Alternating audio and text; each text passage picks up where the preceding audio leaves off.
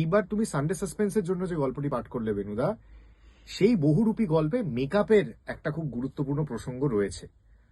তুমি এমন কোন চরিত্র তোমার মনে আছে যে তুমি খুব একটা উদ্ভট মেকআপ নিয়েছিলে, বা any funny anecdotes that you remember from your makeup, that can be from theatre, can be from films, anything? প্রচুর আছে, প্রচুর আছে, কিন্তু সবকটা তো আমার বলতে গেলে এখন অনেক সময় লেগে যাবে। যে কোনো একটা বলো, ইন্টারেস্টিং অ্যানেকডোট। খুব ইন্টারেস্টিং অ্যানেকডোট বলতে আমার সত্যজিৎ রায়ের এই ফেলুদা সিরিজেই, যেমন বোসপুকুরে খুন খারাপিতে ছদ্মবেশ আছে, শেয়াল দেবতা রহস্যতে সেখানেও ছদ্মবেশ আছে, যেখানে সে এক কি বাগচি যেন সেজে গিয়ে সে দেখে নেয়। তো এইগুলো করতে আমার আমার একটা খুব ভয় আছে, সেটা হচ্ছে যে এই স্পিরিট গাম দিয়ে গোঁপ লাগানো, দাড়ি লাগানো, ওইটাতে আমার ভীষণ আপত্তি, কারণ আমার একটু অ্যালার্জি আছে ওই স্পিরিট গামে।